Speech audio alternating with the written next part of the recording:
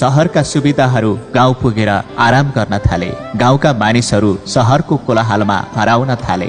पहिले गाउँमा मोटर थिएन, मोटर पुग्यो। फोन थिएन, फोन हात हातमा भयो। विद्यालय सानो थियो, भव्य भयो। क्याम्पस टाढा थियो, नजिकै भयो।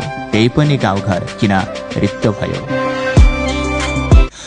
गुन्द्रुक ढिँडो खान नसकेर भनौँ भने शहरमा त्यही किने खान्छन्। बाँदर जङ्गली जनावरले ताण्डव मचाएर भनौँ भने पैसा तिरी जुमा त्यही हेर्न जान्छन्। सल्लेरीको चिसो हावा सरर बहन्थ्यो। चराचुरुङ्गीको आवाजले कान पवित्र हुन्थ्यो। जडीबुटीको स्पर्शले घाउ बिना साइड इफेक्ट निको हुन्थ्यो। त्यही पनि गाउँघर किन रोजाइमा परेन। शहरमा निर्जन ताराहरू चिच्चाहाट छ। हावा पानीमा फोहोरको थुप्रो छ।